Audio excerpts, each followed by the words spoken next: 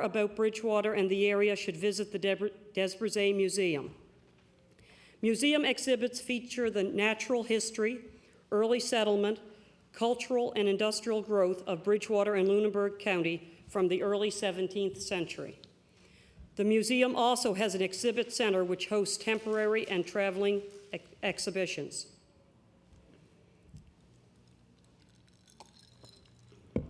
Important pieces in the collection include a turn-rest plow made in Lunenburg County about 1800, after a design that was brought here from Central Europe. There is also a decorated cradle with porcupine quill and birch bark panels made at Mahone Bay about 1868. The museum is surrounded by Bridgewater woodland gardens featuring walking trails and picnic areas. I am proud that this government showed its support for this wonderful link in our past with a significant investment through the Community Museum Funding Program this year.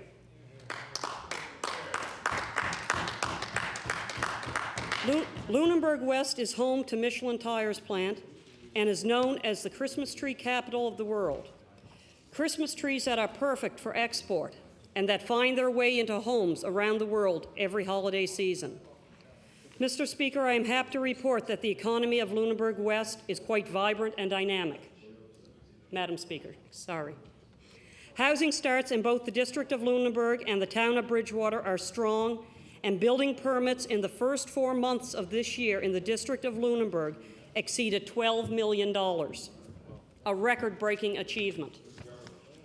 Commercial growth in our area is also strong, Madam Speaker. There is a major renewal at the Bridgewater Mall as a new concept, Sobeys, is now under construction. And the former grocery store will be renovated into several theaters. Being able to go to the movies in our hometown again will be welcomed by all my constituents. Several other new businesses, like 2 new flooring stores, have opened this year in Bridgewater, and several new business and apartment condominium developments are currently in the development, agreement, or planning approval process. All of these developments will add to the local economy immediately through construction jobs and later through new housing or employment opportunities in the community. Likewise, the commercial and business sector is very active in the District of Lunenburg. A new freight terminal was recently opened in Wildville, employing some 30 employees. A major new shopping complex has recently been announced for a site near Interchange 12 off Highway 103, Madam Speaker. The first major tenant, Walmart, is planning to open its doors next fall. The new shopping complex will be a major shot in the arm to employment and to shopping in the community for much of the South Shore. When completed, this new complex will provide some 285,000 square feet of retail, service, and food vendors, and will employ around 500 people. That's right, Madam Speaker, 500 people. I must say that this kind of confidence the participants in this project are showing in our area can be traced back to the economic environment created by balanced budgets and increased credit rating fostered by this government. Madam Speaker, the District of Lunenburg, the town of Bridgewater, and the South Shore Exhibition have recently announced a joint committee to study development of a new arena community center facility. In addition to serving traditional ice surface sports and users such as hockey and figure skating, the center hopefully can host entertainment shows or concerts, trade shows, and small conferences, as well as providing vital show ring and display venues for the South Shore Exhibition. A community meeting is underway on October the 22nd, organized by the community to have input into exactly what they are looking for in this facility. Replacing aging arena facilities with a vision to community needs for the next several decades is critical. Such a facility is critical to maintaining and enhancing community needs for recreation and exhibition space, as well as the needs for both urban and rural constituents. The current tripartite approach is a testament to the unity of all segments of the community to realize a community goal and a wide range of community needs. I certainly tip my hat to all those who are working so hard to bring this facility to our community, and I will continue to work with these people in the near future. The District of Lunenburg is also completing a very comprehensive review of all existing open space property and identifying and prioritizing sites across their municipality for development. Preservation of public access to shoreline and waterfront property and to ocean and freshwater bodies will currently be a prime goal for this initiative. Madam Speaker, like all Nova Scotians, the people of Lunenburg West want the best for their children and believe a good education is the foundation for a successful future. Our excellent school facilities include Parkview Education Center, Hebville Middle School, Bridgewater Elementary and Bridgewater Juniors High and High School, Newcombville, Pence, and New Germany Elementary, and New Germany Junior Senior High. Because they know that parents care so much about their children's education, the South Shore District School Board is holding community education forums to gather the opinions of parents and community members about the quality of public education. Madam Speaker, although there are many wonderful programs available at the South Shore District School Board level, I would like to draw the members' attention to one in particular: the Middle Level Transition Program. The District School Board opened a Middle Level Transition Program in September.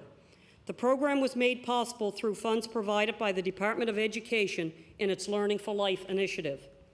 The program was developed to focus on the needs of grades 7 to 9 students who are unable to attend regular school because of serious social or emotional issues, which, after appropriate interventions have been tried, are not able to be managed in the regular school setting. The main focus of this program is to assist the student in acquiring some life skills training, which will enable them to return to the regular school setting. Students are also expected to follow an academic course of studies, which parallels as much as possible the academic program that they would be following in a regular classroom setting. Participation in this transitional school program is short-term intervention, which aims at returning students to regular school as soon as possible. Madam Speaker, I think we can all agree that programs like the Middle Level Transition Program are helping to ensure that our future generations will be prepared to take their place in society. Recently, Madam Speaker, Bridgewater High School received notification that 6 of their advanced placement students have been named scholars with distinction by the College Board. These students, scholars Melanie Marlin, Anna Sampson, Michael Smith, Owen Thompson, and scholars with distinction, Jenny Bro and Matthew Cooper, all took rigorous advanced placement courses in grade 12. These advanced placement courses, currently offered in 63 countries worldwide, were developed by the College Board to provide challenging university-level courses to high school students. In order to be named a scholar, students must have grades of 3 or more, or on a 5-point scale in 3 or more exams. Scholars with distinction must have an average grade of 3.5 on all exams taken, and grades of 3 or higher on 5 or more of these exams. I know all members join me and the staff and students of Bridgewater High in congratulating Melanie, Anna, Michael, Owen, Jenny, and Matthew on their impressive academic accomplishments. Madam Speaker, in Lunenburg West, we are also fortunate to have the Lunenburg campus of the Nova Scotia Community College, which helps to take our students to the next level. The college also helps develop needed skills for individuals and businesses. Last spring, our community was delighted when the government announced more than $1 million in funding for improvements to the Lunenburg campus. The funding will upgrade the shop facilities and create for some 187 additional students. Madam Speaker, as we all know, skilled workers are the key to Nova Scotians' prosperity. These improvements to the Lunenburg campus will also allow more students to stay in the area while completing training they need to get ready for the workplace. This wonderful improvement, Madam Speaker, is part of the province's $123 investment in the Nova Scotia Community College's expansion plan. Over the next 7 years, 2,500 additional students, an increase of 25%, will enter Nova Scotia Community Colleges at its campuses across this province. Madam Speaker, health care is the #1 concern of Nova Scotians and the people of Lunenburg West. We are so fortunate to have an excellent hospital in the South Shore Regional. And the frontline care providers, the nurses, the doctors, technicians, and all the staff deserve great credit for their tireless dedication and selflessness. Despite the many challenges associated with health care, there have been some expansion of services at the South Shore Regional. A recent first for the hospital is the insertion of 3 permanent pacemakers. The increased budget at the South Shore is expected to help with cancer care, dialysis, nursing services, and many other issues related particularly to our aging population. Highlights of the new health initiatives include the Nova Scotia's Cancer Patient Navigation System, unique in Canada, guides cancer patients and their families through a complicated system, reducing stress and improving treatment. Last spring, Madam Speaker, this government announced funding in the amount of $900,000 to support construction of a women's and children's health center at the South Shore Regional Hospital. This funding is part of the Department of Health's $10 million allocation for hospital repairs province-wide. The $10 million represents an increase from the $3.8 million available for hospital repairs in 2002-2003. This sort of community investment in women and children will have a lasting positive impact throughout our region. Madam Speaker, we look forward to the opening of this wonderful facility in the spring. We want to take this opportunity, Madam Speaker, to recognize the hard work of a very important segment of our population. You know, it often said that volunteers are the backbone to Nova Scotia's tight-knit, strong communities. Volunteers are often nameless, but they are always appreciated. They are the special people in our community who give so much of themselves and expect nothing in return. Our district health board is made up of volunteers who dedicate a great deal of time to the very difficult task of providing health services to their friends, neighbors, and their community. We also have volunteers who are in the business of raising funds to support health care, the South Shore Regional Foundation and the South Shore Regional Hospital Auxiliary. Without these generous fundraisers, health care in our community would be very difficult. We owe them a great deal of gratitude. The Hospital Auxiliary has been providing this kind of support since 1920, Madam Speaker. Through the Auxiliary and its coordinator, Joan Eisner, there are 114 volunteers working in 32 different programs at the South Shore Regional Hospital. The Daisy and the Gift Shop, as well as the Shoreline Art Gallery, are fundraising arms of the Auxiliary. What a terrific contribution to our communities. In last year alone, the Daisy and the Gift Shop raised over $190,000. Madam Speaker, it is truly an honor for me to represent the wonderful people of Lunenburg West in the historic place. And I am truly grateful for the attention you and all the members have shown as I told the House a little bit more about Lunenburg West and the people I represent. Thank you, Lunenburg West, for giving me the opportunity to represent you. I look forward to this opportunity, and I will work hard with you. Thank you.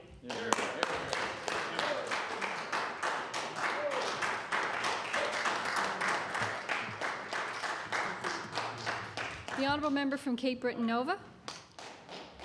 Thank you, Madam Speaker. I am also honoured and privileged today to rise in this House and to be an elected official in the provincial legislature.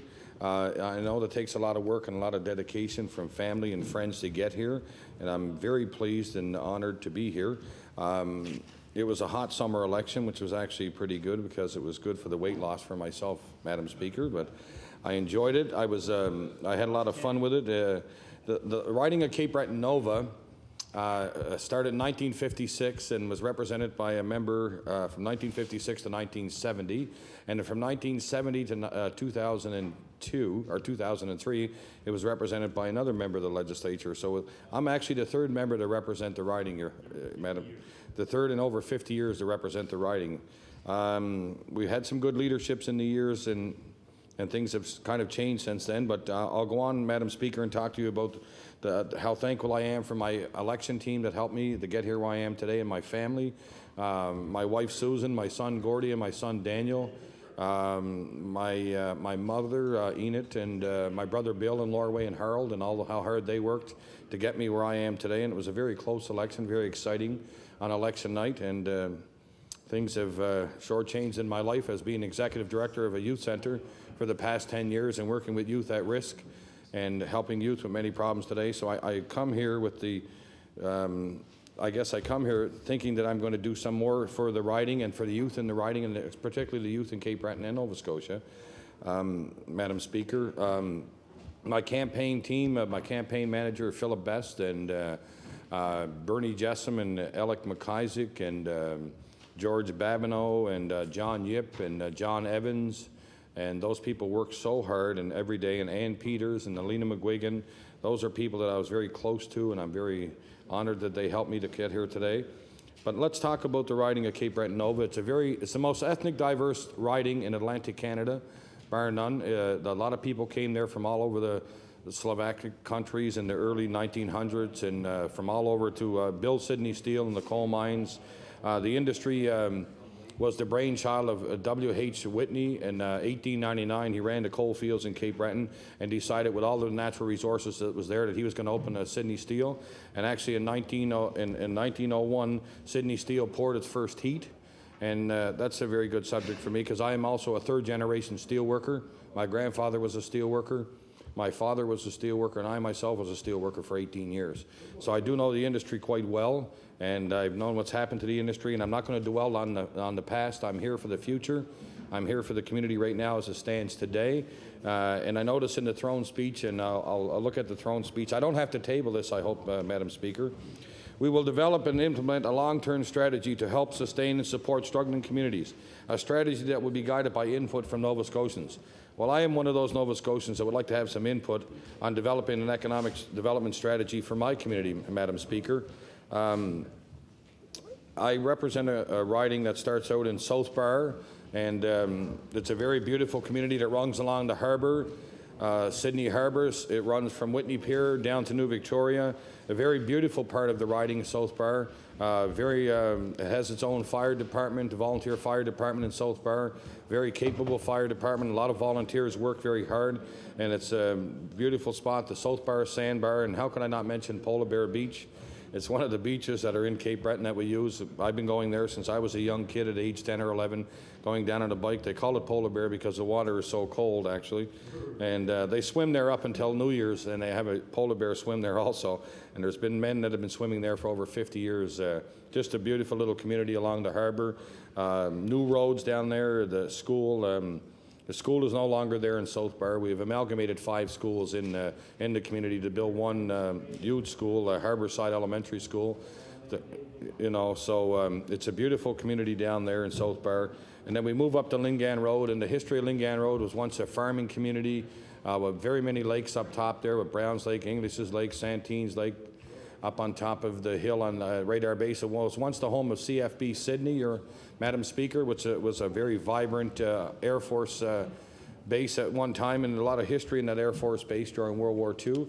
And that has closed since probably 10 or 12 years ago. And up there on Lingan Road, we have the family farms of Ken Delors, have been there for over 100 years farming up there on the top of Lingan Road.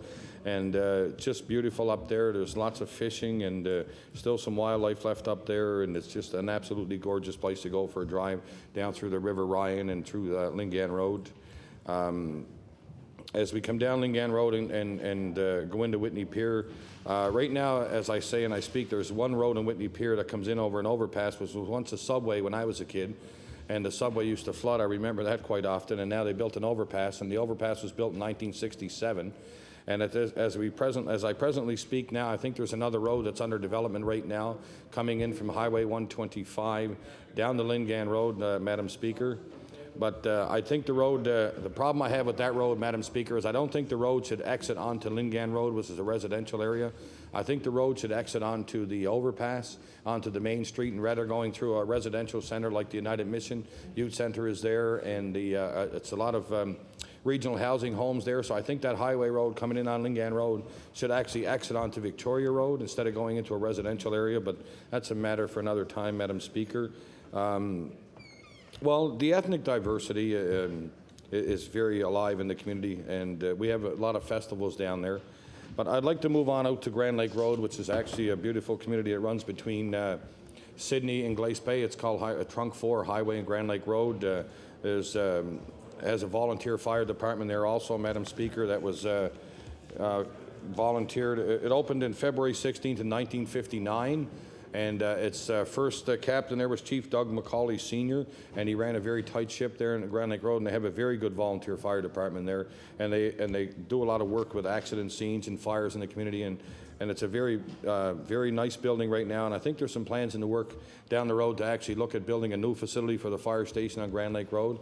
As we move further out to Grand Lake Road in the subdivisions of Kites Hill and Tanglewood out that way, as you know, Madam Speaker, that Glace Bay Highway, when it was first built and designed, it holds a lot of water on the side of the road, and it's actually very, a lot of people are in a lot of hurry to get to work in Grand Lake Road, so it's a very dangerous spot to cross the road, or a very dangerous spot to live on with only one sidewalk on one side of the road. So there's some issues there. When I spoke in the campaign, when I walked out there, I ran into a gentleman, Mr. Chipback, had told me that he served overseas from 1939 to 1945 and now is in present need of a wheelchair, motorized wheelchair. And on his side of the road, there's no sidewalk, so he very well cannot cross the road in a motorized wheelchair because it's very dangerous. So, and he said, I served my country for 6 years, and now it's my time of need, and I can't get any satisfaction out of getting across the road or getting a set of lights.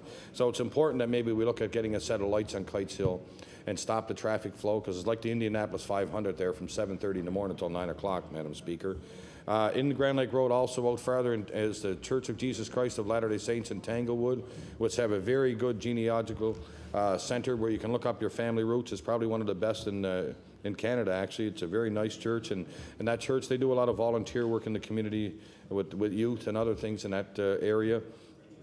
And also, as we move in from Grand Lake Road to Ashby, and the Ashby area has now become as the retail sector of the riding, Madam Speaker, which has now houses EDS, which is a call center that's moved in there and has created some employment in Ashby.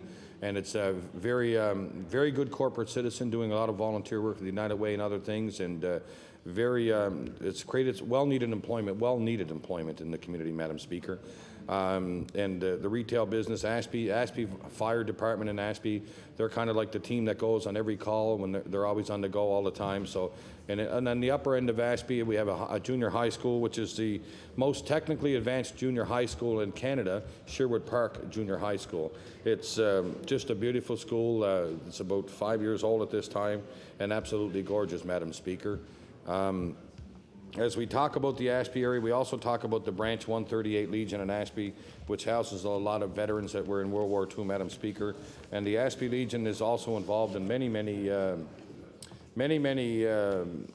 community events, helping out with they sponsor a local Air Cadet Corps. They sponsor 2 soccer teams, a Little League team at the Ashby Legion, the Sydney School Hockey League. The branch also assists many charities and organizations in the Sydney area.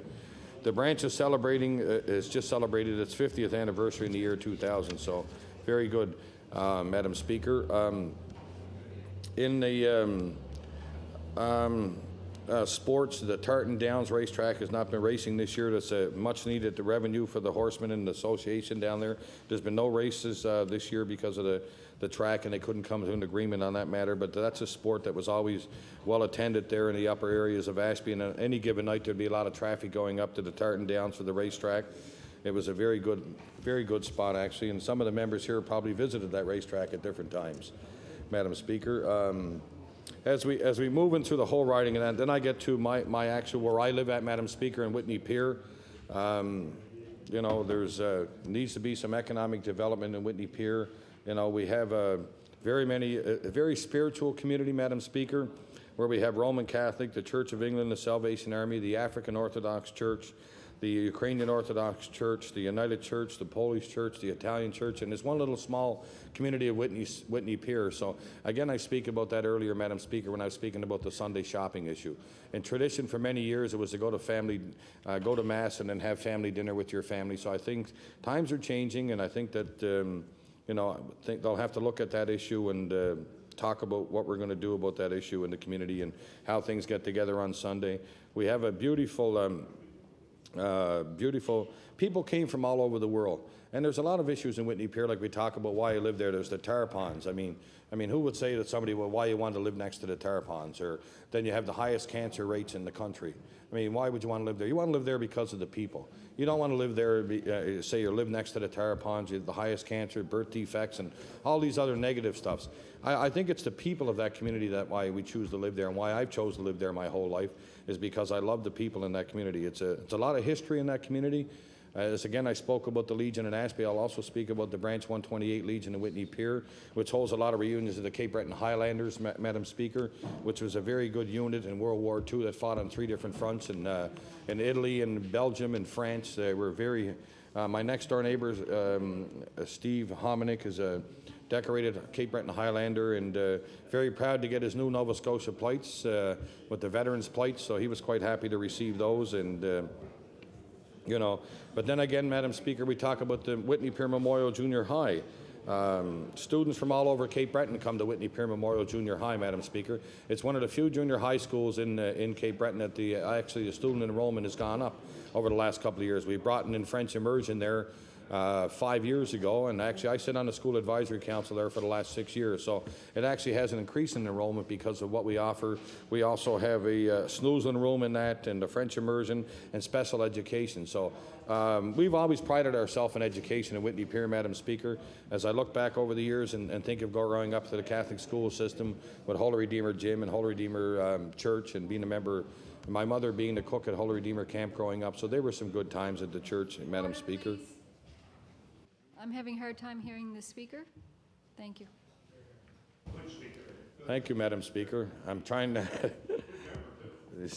Thank you. The honourable member from Cape Breton Nova. Thank you, and I will not speak Ukrainian and Polish like the past member, Madam Speaker.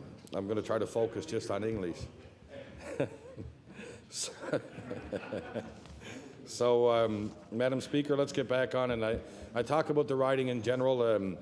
I know the speaker before me from Lunenburg West was talking about development in her area and creating 500 jobs. Well, I sure wouldn't mind creating 500 jobs in Whitney Pier. It would be great. I know the steel plant is closed and gone, but we've never had any jobs created in that community, Madam Speaker. I mean, it was okay to take away an industry of over 4,000 jobs and not replace it with any jobs. There's never been one job created in the area of Whitney Pier, Madam Speaker. We have, at one time when I was a young man growing up, there was over 30 businesses in the area of Whitney Pier.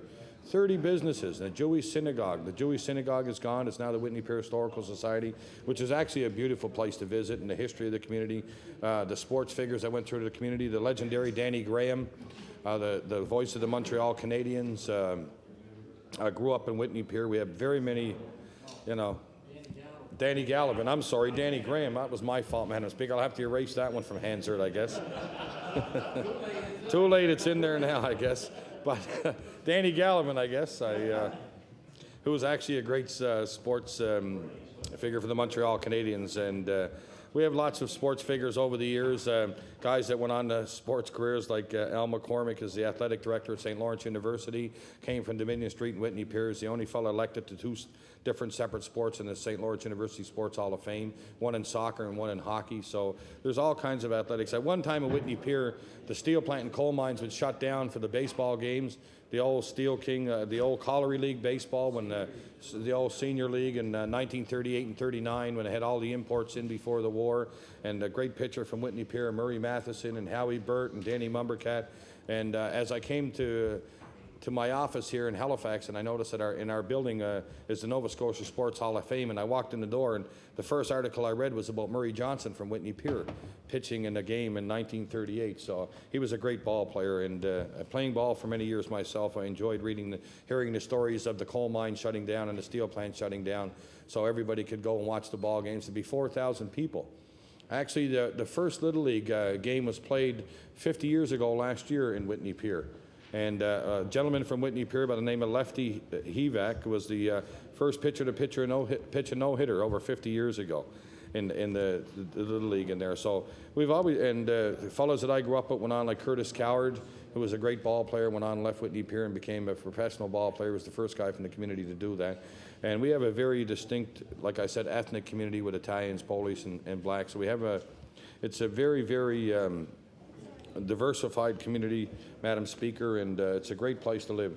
And I go back to talking about unemployment, and I'm trying to be very positive when I talk about my riding, but I think back and I think about the highest unemployment in the provinces in Whitney Pier at 16%.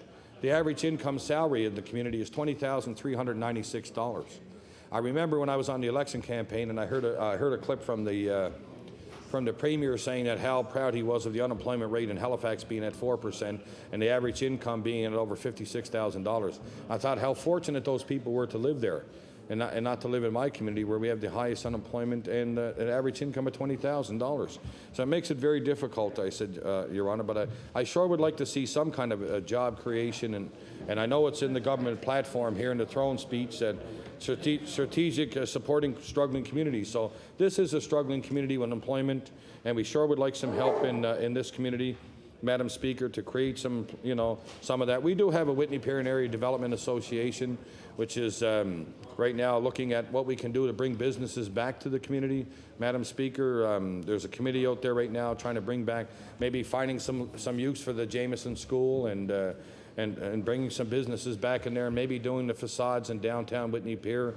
And it's a long project, and it's going to be a long haul, but we need the cooperation of everybody to make Whitney Pier the once most prosperous community in Sydney at one time, to bring it back to its old level of prosperity and pride, Madam Speaker.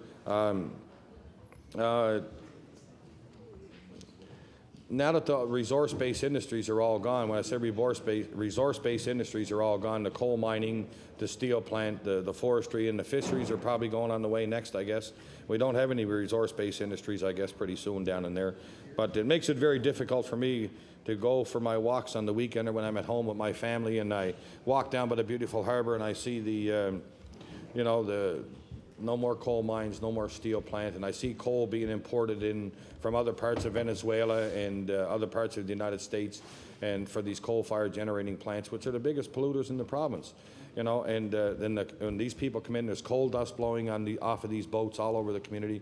And my first thing as an MLA was getting complaints from people whose homes are being polluted, and coal dust all over their homes, and calling me up and then taking me down and showing me the coal dust and everything else on that.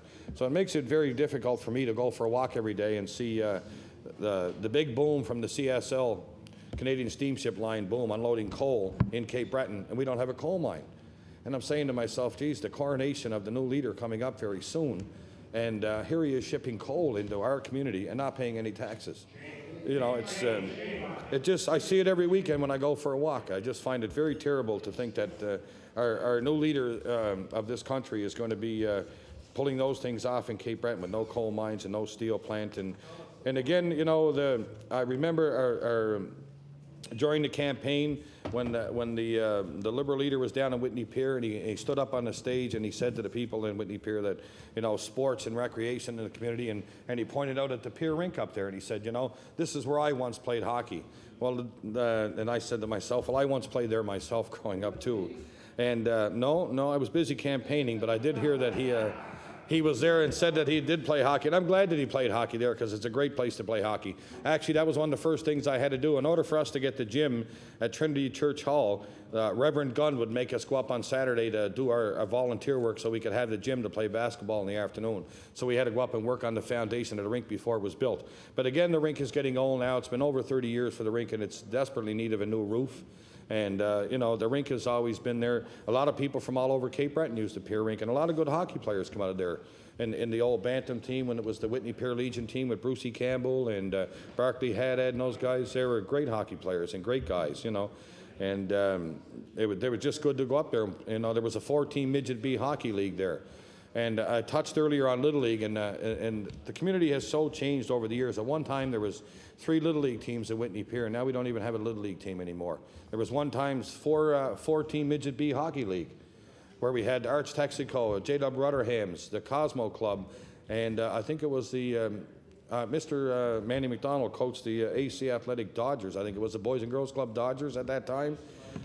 That's the Police Athletic Club Dodgers. That's right. It was the team that I once played on many years later. But no, and those things are all gone now from the community. So I really miss those things. I miss seeing the kids. But doing a lot of work the last 10 years, working with youth in the community and running youth internship programs and finding youth jobs, that's important. Today's youth are disheartened about what they're going to do. Like I said, we no longer, our resource-based industries are gone. So what are we exporting? We're exporting our youth. That's what we're exporting. Our brain drain, our expertise, and everything else is going elsewhere but staying at home. So, I mean, for me to say, how can we get our youth to stay at home and provide good jobs for our youth so they can have some kind of hope in their future and staying in Cape Breton? You know, the potential for growth in the community is great. I mean, there's good, hard-working people there. There always has been. And, you know, we do need something to bring some kind of growth in there, eh? Well, Madam Speaker, I wish I could say I could keep going. I guess I could say I just wish that my father was here today. He'd be sure would be pleased to find out that I was here in the legislature speaking today, Madam Speaker. As we speak about the rules of adoption, Madam Speaker, in this House, I guess that's a touchy subject for me because, Madam Speaker, I was adopted at the age of five days, excuse me. I was adopted at 5 days of age, Madam Speaker, from a family, and this is the family that I speak about today, Enid and Gordon Goss. I couldn't have been put in a better home and a better family, Madam Speaker. They were truly great parents and a great place to grow up in my neighborhood, and I found it very fortunate that, you know, and to find out many years later that I enjoyed that. I couldn't have asked for any better parents than I had in my speaker, Madam Speaker, and it was just a great place to grow up in, Madam Speaker. We do need some economic development. I'm very honored that the people of Cape Breton Nova elected me to be here with their concerns about jobs and employment and that sort of things, Madam Speaker. The festival of Visual Arts is going on right now in my community. It's a festival of local artists in around the Sydney area that are bringing their paintings and their artwork to the Whitney Pier Memorial High School, Madam Speaker. And it's very important to the community. And this year they coincided it with Celtic Colours, so hopefully there's a lot of people at home. And on Saturday it's Italian Day, so we'll be eating some good food. And that's another thing, Madam Speaker. Growing up, we sure did have a diversity of food in that community with the Italian and Polish and Ukrainians. And every day everybody had a different family dinner, Madam Speaker. So that was actually a very, very good part of my life, Madam Speaker. I touched on the sports in the schools, but again, Madam Speaker, I would like to say that I would like to thank the Office of the Speaker and the Administration Office of the Speaker for helping making this transition for me here in Halifax to be as easy as it is, Madam Speaker. It's been I've received a lot of help from the people over there, and I've received a lot of help from my fellow members in caucus to help me with learning the policy and procedures of the legislature and the things that go on with it, you know. But again, I'd like to see Victoria Road become a vibrant, prosperous community like it once was, and I'm going to work very hard for the people of the community, and make sure that I'm always going to be there for them if they ever need anything, that I'll always be there. Well, I'd like to wrap up, Madam Speaker, and like I said, thank the Speaker's office for helping me, and thank yourself and my fellow colleagues and everybody in the legislature. It's an honor and a privilege to be here. I never expected that I would be here in my wildest dreams growing up from where I came from to be here today, which is a lot of people find that, well, interesting, I guess, at home, and quite interesting because I didn't go back to school till I was 35 years of age. So I took a union buyout and went back to school at 35 and educated myself, and I got myself a degree, and now I start to read books. I never did. So each night I take a book, or I take a book from the library here and read a book and relax. And so I'm slowly getting used to becoming the MLA, and I would like to thank everybody here today. Thank you.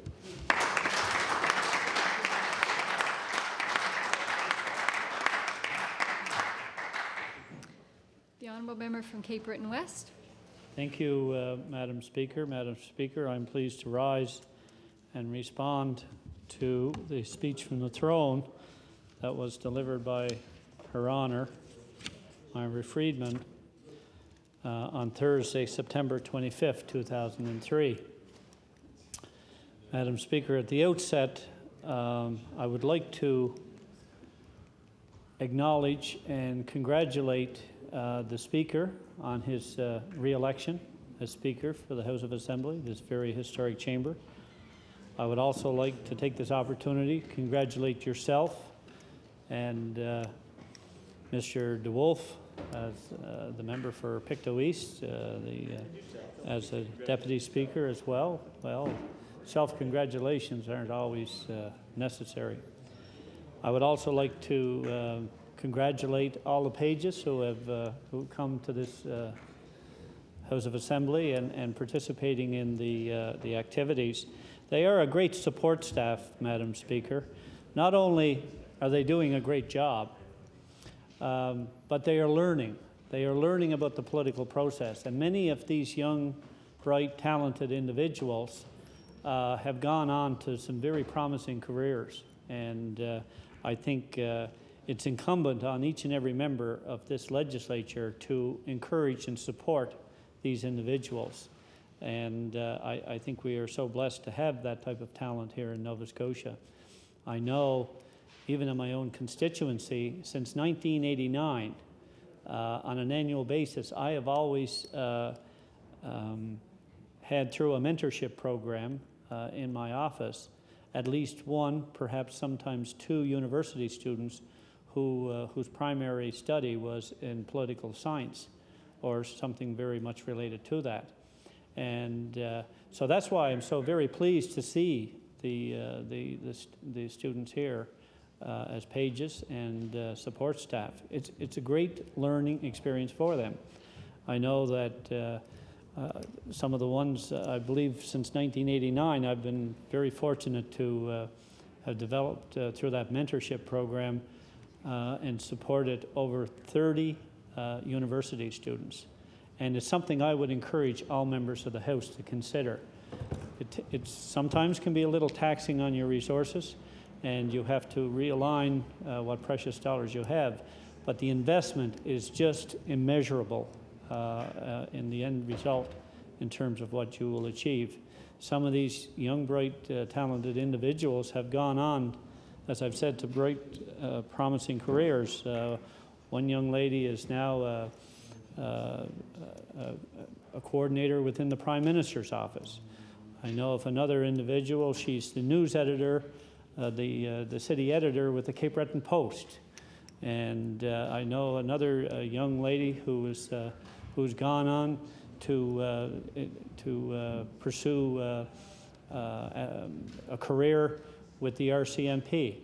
That's the type of things, Madam Speaker, that we should be supporting. And so I'd like to congratulate and acknowledge that. I also would like to acknowledge and welcome back our clerk and deputy clerk who do an excellent job in this chamber. And for all members, irrespective of their political beliefs, they're there to do some of the finest work that I've seen in any jurisdiction in Canada.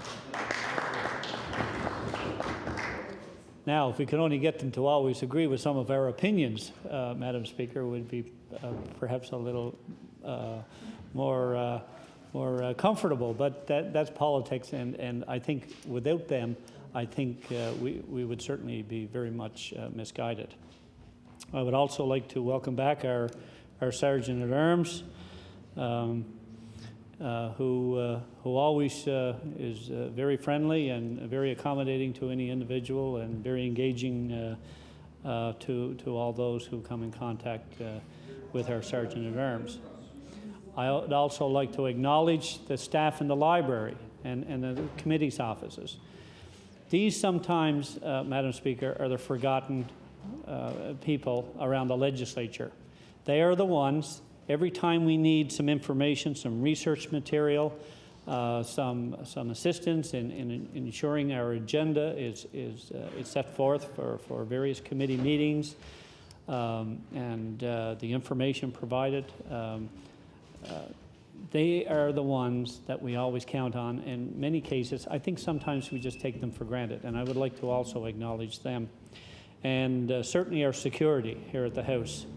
is very diligent. They are very diligent and very personable. And I believe, from what I've noticed, Madam Speaker, they take the time to welcome those individuals who are not generally visitors to the House or frequent travelers in and around Province House, particularly for those tourists or visitors from outside the province. I notice they always go that extra step to make sure that a friendly voice is provided, and that those who come to visit this very historic chamber, which, by the way, we know is the oldest in Canada, the oldest seat of responsible government, everyone is made to feel at home. And that's one of the special and unique characteristics that we can be so proud of.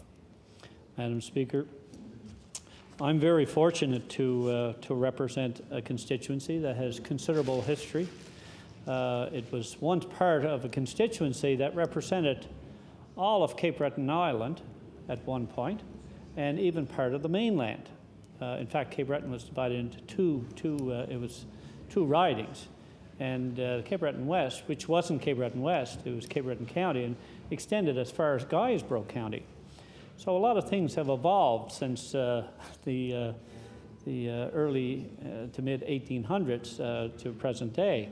In fact, since my first election in 1988, Madam Speaker, this is the third time the boundaries in Cape Breton West have been changed.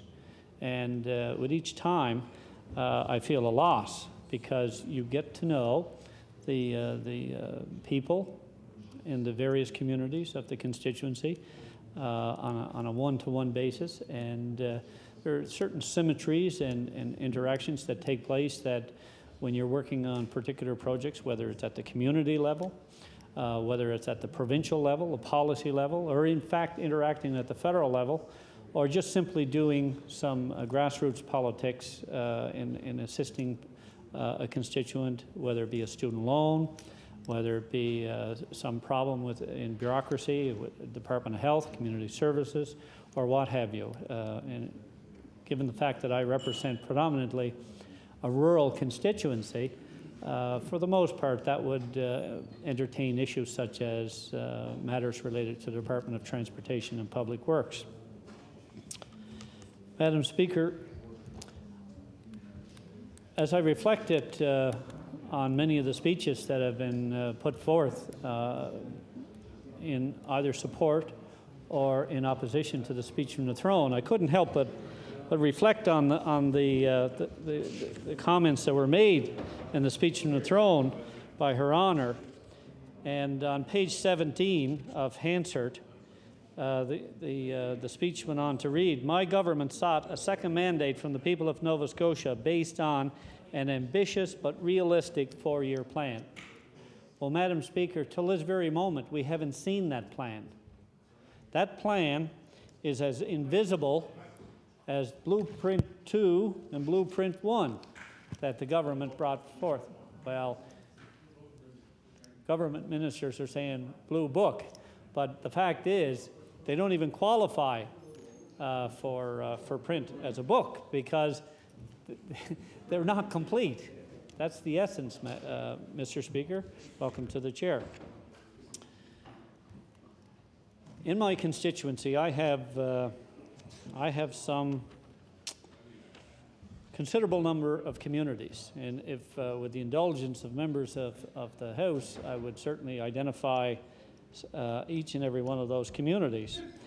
It starts at the community. It's perhaps one of the larger constituencies in the province, and it starts at the Richmond Cape Breton County boundary, and it starts with the first community of Irish Vale, and then we have Middle Cape, Big Pond, Channelview, East Bay, Sydney Forks, Howie Centre, Sydney River, Prime Brook, Dutch Brook, Merriam Bridge, Grand Mire North, Grand Mire South, Upper Grand Mire, Gabroos, Albert Bridge, Catalone, Bateston, Louisbourg, Balleen, Little Lorraine, Big Lorraine, Myra Road. We have Myra Gut, Catalone Gut. We have Round Island. We have Homeville, Blackbrook, Port Morion, Birch Grove, Tower Road, Donkin, Port Caledonia, Northside East Bay, and Escazone, and of course part of Coxheath. So we can appreciate it's a fairly substantial constituency in area, some 60 miles from one end to the other, with over 15,000 constituents or voters. Ironically, though, Mr. Speaker, when the polling list came out from the chief returning officer during the provincial election, ironically, there were close to 2,500 names missing off the list.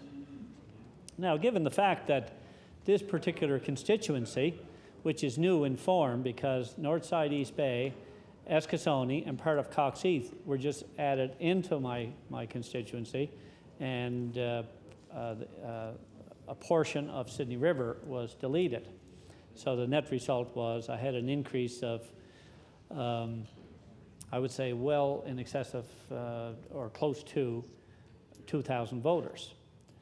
So of any constituency that should have had an enumeration, I would argue that Cape Breton West should have. Now, lucky for myself, Mr. Speaker, I maintained a rather solid database from the last election and took it upon myself with a substantial number of volunteers to go out and identify the lost 2,500. And that was done with no assistance from the chief returning office here. And I think that's an issue that the government has identified as a point of concern in the speech from the throne. And it's something that I would encourage the government to pursue even further, because simply, Mr. Speaker, what we see here is a symptom of a bigger picture, and that is the evolution of politics in Nova Scotia. And what we're seeing here is less and less contact at the street level or at the community level between the political structure, whether it be the elected section of the political system, or whether it's the bureaucratic structure, or what have you. The fact of the matter is, people are feeling more and more alienated from the political process.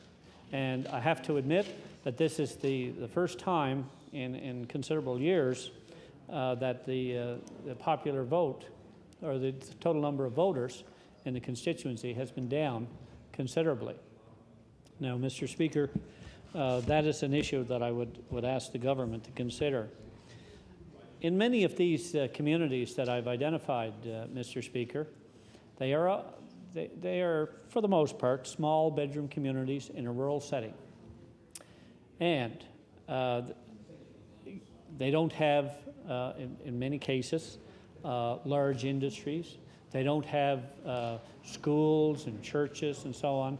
But if you take collectively 2 or 3 of them in clusters, we will have a considerable mosaic of community identity. For example, Mr. Speaker, I'm within Cape Breton West, I have a total of 16 volunteer fire departments. Now, that is perhaps one of the largest numbers of volunteer fire departments in any constituency in the province. At one time, I had 17, but that number is down. Mr. Speaker, Cape Breton West, for those who weren't familiar, is the home to a number of elementary, junior high, and high schools. Well, Riverview, which is historically always identified with Cape Breton West, is in fact now in Cape Breton South. But because of the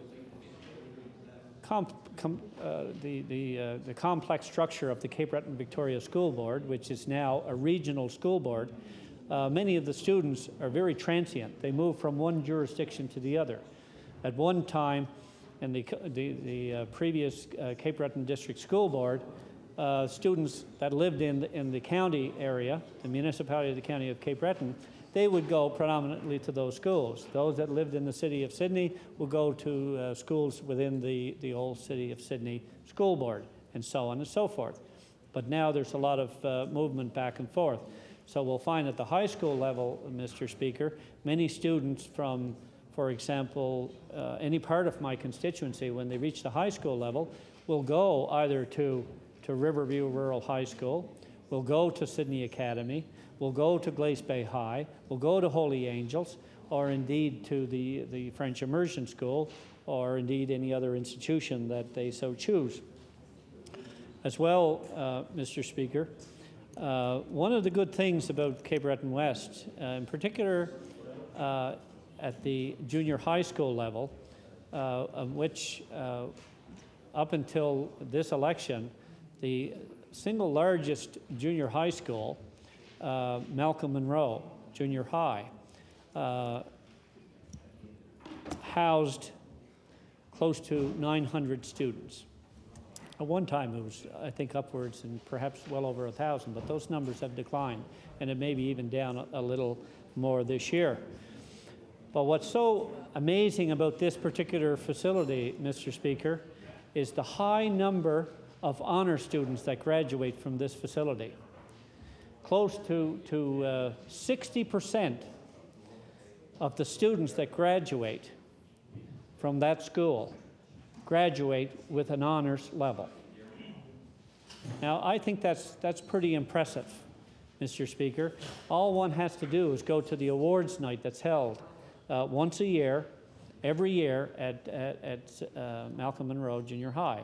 And the students from grade 7, 8, and 9 that all have achieved 75% or higher in their average are recognized as an honor student. Now, to have that high a percentage, I think, I'm not sure, it may be unparalleled, it may not be, but that's pretty impressive. And what's equally impressive, Mr. Speaker, are the large, or is the large number of students that are now enrolled in the French immersion program, the late immersion as we refer to it. And that program, I recall very distinctly, back when our oldest child, our firstborn, was entering into Malcolm Monroe, there was debate as to whether she could even enter into that program because there was only funding for one class. Well, Mr. Speaker, I believe there are at least 5 classes at the school now just dedicated specifically to the French immersion program. So we can see how things have evolved and how the students in that district have benefited. And I believe that class number may be even up even higher. So when you look at what's transpired over the last few years, I've always maintained that in Cape Breton, there's a lot of positives. There are a lot of positives to be spoken of. And one is the fact that we are able to provide some of the best and the highest quality education, second to none, anywhere in this province and anywhere in this country. And I'm very proud of that, Mr. Speaker. Mr. Speaker, one of the things that, and it goes back to the days of the previous Reagan administration, when the University College of Cape Breton was first established. And I recall the minister of the day who made the announcement, the Honorable Alan Sullivan, who during the course of his dissertation or his official opening indicated that, well, look, as a sidebar in conversation, he said, look, if a lot of our students are going to be leaving Cape Breton, the least we can do is to educate them and make them prepared to enter into another world, into another part of the province or the country, so that they will be equal or better competitive than some of those coming from other jurisdictions. So I think he had great foresight. It's unfortunate that the industrial economy has not been recaptured in the ways that we would like. It's unfortunate that the replacement economies into the high tech and into the IT division that we've seen in other parts of the province have captured the loss, Mr. Speaker, as what's happened with Sydney Steel and Devco and so on. Because if we take, Mr. Speaker, the lost dollars from the investments from the coal industry and the steel industry, just in those two factors alone, I would say that between direct and indirect spin-off dollars, we've lost close to $250 million a year out of the local economy. And these are real issues. Well, Mr. Speaker, I'll certainly address a lot of the issues on the reclamation and so on. But the reality is when you measure all the dollars together, the net substantial loss is $250 million a year out of the local economy. And they're real numbers. And they're real numbers, Mr. Speaker, because all you have to do is just go and talk to the moving companies. How many families do they move off Cape Breton Island in a run of a year? And how many families do they move onto the island in a run of a year? And I would say the ratio is about 8 to 1. For every 8 that go off the island, only 1 comes back. They're real numbers, Mr. Speaker. Now, if that's part of the whole evolution of the way things are going, well, that's a realism, but we have to deal with that. Mr. Speaker, we've seen the effects of the way Nova Scotia has been urbanized over the last 10 years. And that's a real problem for rural Nova Scotia.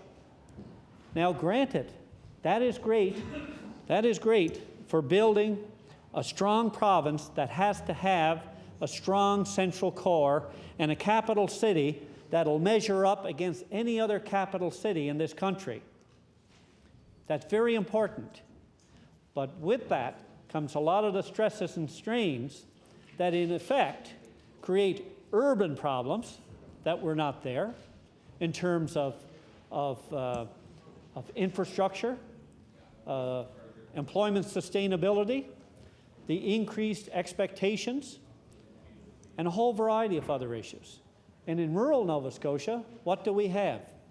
We have an aging population. It doesn't matter whether it's in Cape Breton, Cumberland County, Colchester County, Hants, down the eastern shore.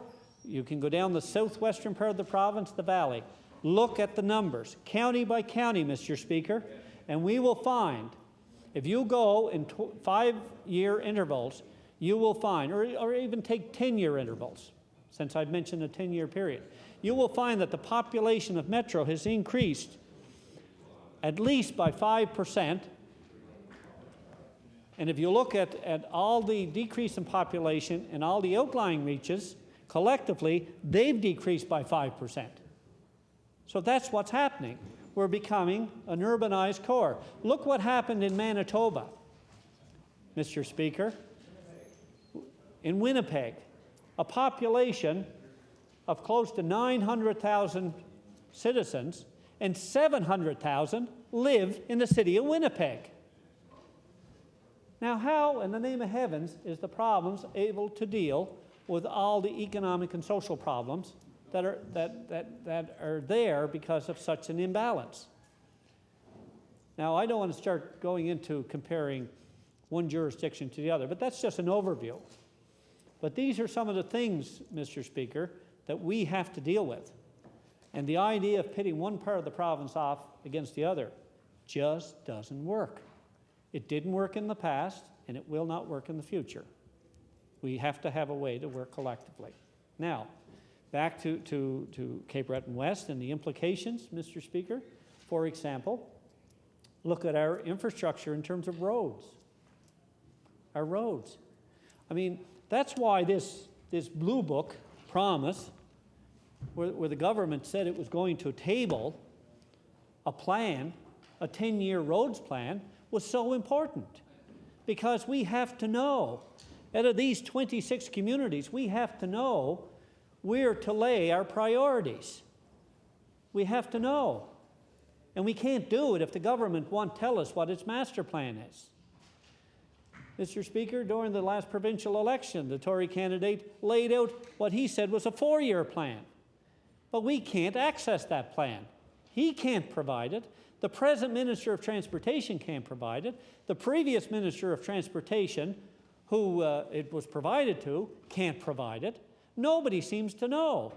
Oh, I mean, in fairness, if the government is looking for cooperation, give us some detail so that we at the community level can provide a substantial and constructive contribution to this whole process. That's why, Mr. Speaker, in the last election, although the premise from the government perspective, from the Progressive Conservative Party, was that let's put all our emphasis on roads because asphalt gets us votes. Now, that may have been good during the days of William Harrington and Angus L. MacDonald and Reagan, Jerry Regan, and John Buchanan, but those days are gone. Those days are gone. People are so cynical about politics and the process of politics, it's not going to work. You can pave till the cows come home, and it's not going to have, on the big picture, an overall impact. That's why people weren't cajoled and misled with all the promises about the Marion Bridge Highway. They weren't. When that big sign was put up saying that, and the inference there was, you vote for us, and John Hamm gets elected, and we'll make sure that the Marion Bridge Highway is paved. Well, that's 5 years ago. That sign is gone, that candidate is gone, and another candidate came along. And what did he do? He went around passing out a letter to everybody, saying that he had a 4-year plan. Well, we've got lots of plans. We can't seem to find them anywhere. I've got lots of plans in my survey office. I'm sure I've got about 4,000 of them. But I put them to constructive use. At least I know where they are and what they stand for. We can't even find that from this government. So enough of the planning. Let's do something. Mr. Speaker, the last section of highway that was done, 100 series highway that was done on Route 4, was done in the Big Pond area, and I believe the present Minister of Transportation was the minister at the time. That's just shortly after this government was elected. It was kind of a sequel to the first bit of work that we did. And he stood in his place, and he was very, very proud of the fact that the next 2.5 kilometers was going to be reconstructed. And that's good. But what he forgot to say is 200 feet of guardrail and 200 feet of road collapsed over like a cliff. And it was declared by the engineers as unsafe to travel. Some 30,000 motorists a day traveling, and that part of the highway was blocked off, a main arterial route into Cape Breton. So was that part of the plan? There's another section of highway in the number 4 in and around the Benyon area. I would venture to say the stress levels are starting to show, and that within the next few years, that road is going to collapse, and that's very near the Benyon Beach. No, it's well beyond the ski hill, well past the ski hill. It's the Benyon Beach, between the two. And that's a very dangerous piece of highway. The departmental officials had to go and build up the shoulder of the road this year just to kind of reduce the amount of stress that was on that section of highway. Now, this is a major arterial route. And if you go out a little further beyond Big Pond, out to the Middle Cape Hill, where that young gentleman who was hauling biomedical waste from Halifax down to Cape Breton on his first trip, he was killed. He was killed. That was so sad and so unfortunate. He came down. That road is like a washboard. Mr. Speaker, if you're ever going home and you want your clothes washed, put them in a box or a barrel with some water on it and drive down that road, and they'll be washed. I mean, that road is rough. Think about the damage to the vehicles. Think about the number of accidents that have occurred because of the poor quality of the roads. And yes, Mr. Speaker, think about the increased insurance cost. It's just absolutely unconscionable what's happening. And the government says it has a plan. The local Conservative Association says it has a plan. The government says it has a plan, but nobody can find it. So what's the problem? Give us the plan, and we'll tell you if it's workable or not. But we can't say anything. You're the government. Mr. Speaker, the number 4 highway is just one issue of concern, and it's a major issue of concern. It's a 100 series highway, and that props it up to the fact that there's a possibility, there is the real opportunity for the provincial government to access federal dollars, whether it be on a 60-40 basis or a 75-25 cent basis or percent basis. I don't know. Only the minister could say that. But, Mr. Speaker, that's a lost opportunity. And why? Why is the government dragging its feet? The number 4 highway from Port Hawkesbury to Sydney is 18 miles shorter than from Port Hawkesbury to Sydney using the Trans-Canada Highway. So there is increased activity there. Many of the truckers that transport their goods and services from Sydney to Port Hawkesbury and beyond use the number 4 highway. It's a death trap. If you took 2 of those tractor trailers and put them side by side and measured from one West Coast mirror on one side of one truck to the other side of the other truck, Mr. Speaker, I would venture to say there are at least 75 to 100 different locations from East Bay to St. Peter's where that total width is wider than the asphalt that's on the number 4 highway. Now, how can that be safe? Now, you don't have to be an engineer. You don't have to be a rocket scientist. You don't have to be a minister of the crown. You just have to be a reasonable person to understand and know that that is a genuine safety hazard. And yes, Mr. Speaker, I often wonder if that Middle Cape Hill had been fixed in a timely fashion, if that young man from Dartmouth would still be alive today. That was his first trip to Cape Breton, and it was his last trip. And that was so, so sad. And we see other accidents, Mr. Speaker, such as along the Marion Bridge Highway. This winter, I'm not sure if it's because of the weather conditions, and it was a rather harsh winter, and I think to a certain extent it was. So it made it very difficult for the department and the government, in fairness, to be able to manage the changing road conditions because of the weather. It would be so warm one day and the frost would come out of the ground, then the frost would go in and the water would work its way in. But the fact as well, Mr. Speaker, is that because the road on the Marion Bridge Highway is going on close to 30 years since it was fully upgraded from one end to the other. And that goes beyond different provincial governments. So this is not just partisan politics. This is an issue of safety. We have over 3,000 vehicles a day traveling that highway. And there are regular reports coming in of substantial damages to vehicles, people getting hurt, and yes, Mr. Speaker, people with increased insurance cost because of claims they've had to put into their vehicles because of damages. And there's absolutely no reason other than politics that I can see that that road is not being paved. It defies all logic. So if the government is waiting for an opportune moment to go with great fanfare to pave this road and think that they're going to score big political points, they might as well forget it.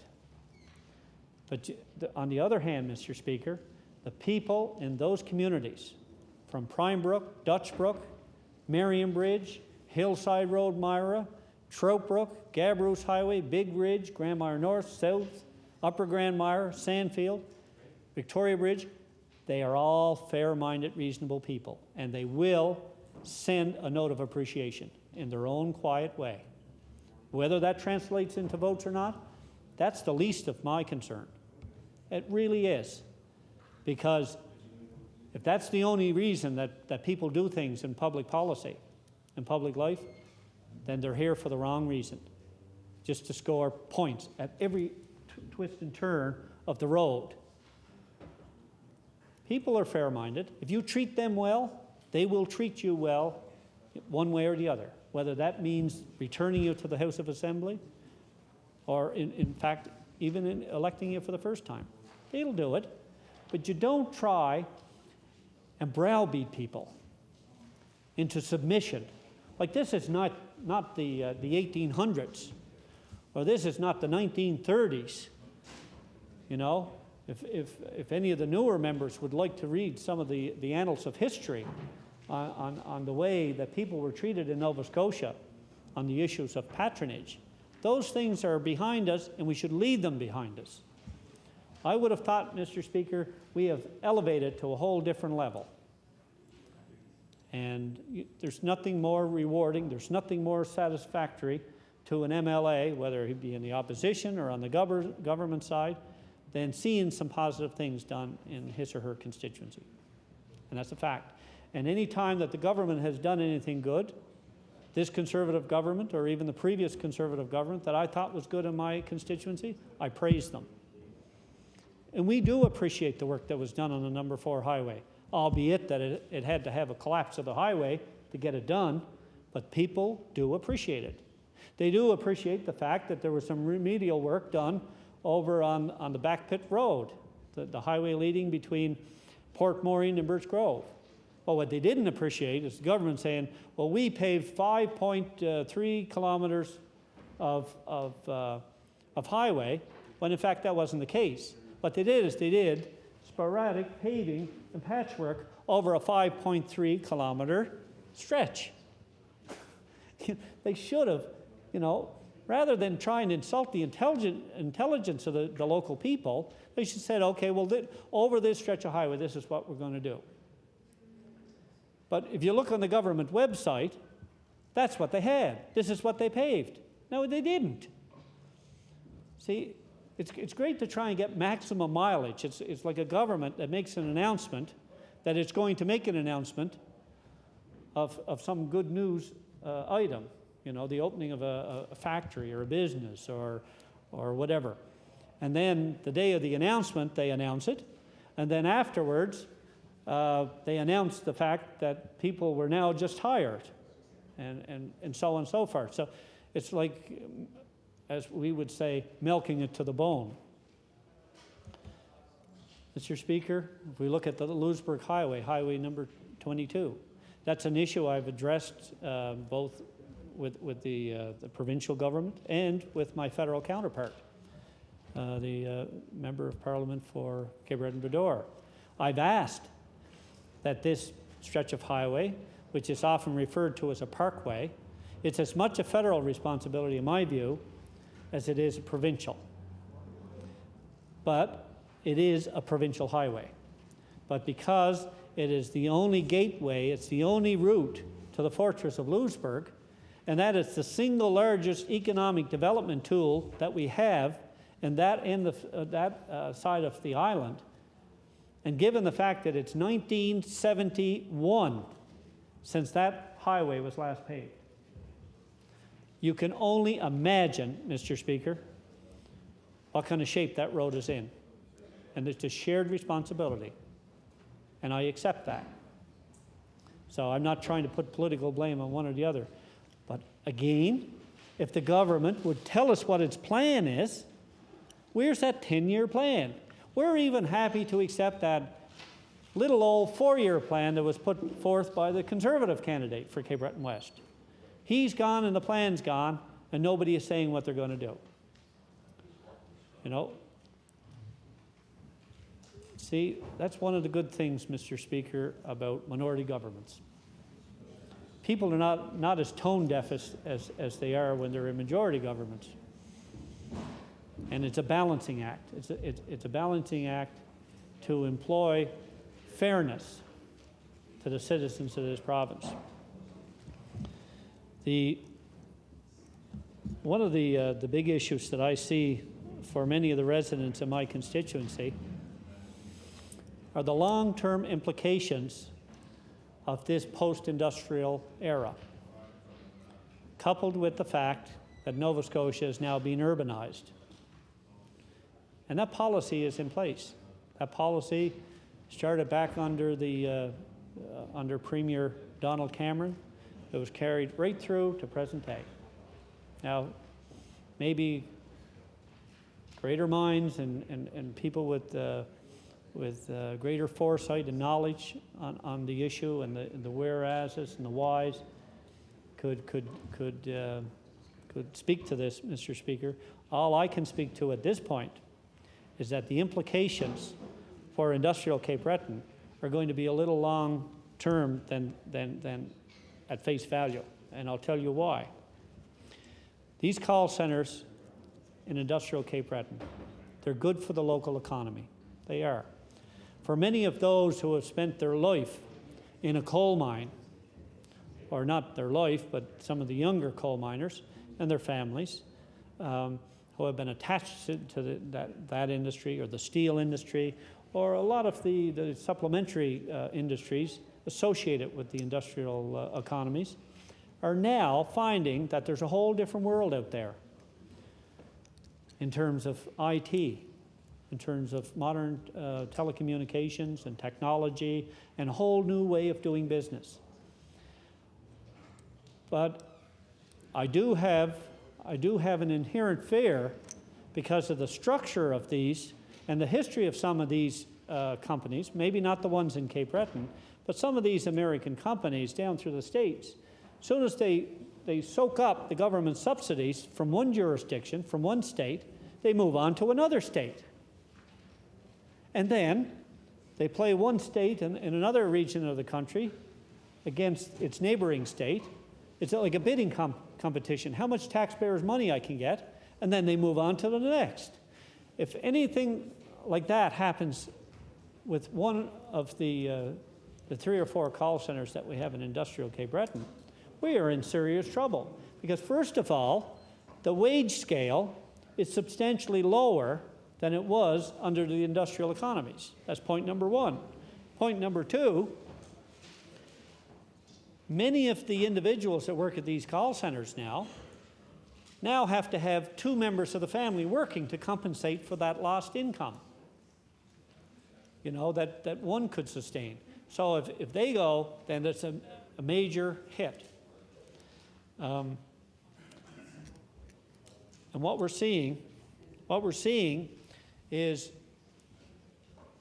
like a downward spiral, not only on that level, but also in terms of infrastructure and priorities within the Cape Breton regional municipalities.